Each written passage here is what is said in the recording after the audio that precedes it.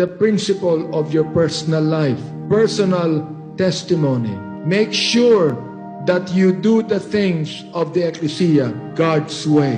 You are the only Bible the world is reading every day. You know that? Tayo lang po na mga naniniwala sa Biblia ang binabasa ng ating mga kaibigan araw-araw. Kahit hawak-hawak mo ang Bible mo, hindi naman nakikita yung Bible sa buhay mo. Ano nga sabihin nila? Tapos ka sa mga marites. Ito, nagbabasa ng Bible to Hindi naman niya ginagawa sa sabi ng Bible. Kaya ang sabi ng banal na kasulatan, we are the world's spectacles. Kaya pinapaliwanag ko, bakit spectacle ang tawag dito sa salamin? Tayo ang salamin ng mundo upang makita nila ang buhay ng Panginoong Jesucristo. At sila'y makumbinsi na na sila din ay tumanggap sa ating Panginoon. So be careful with your life and your testimony. The world wants to see Christ in you. Kayo mga young people, kayo mga millennial, nakikita ba ang Panginoon sa buhay ninyo? Sa inyong kasuotan, sa inyong fashion,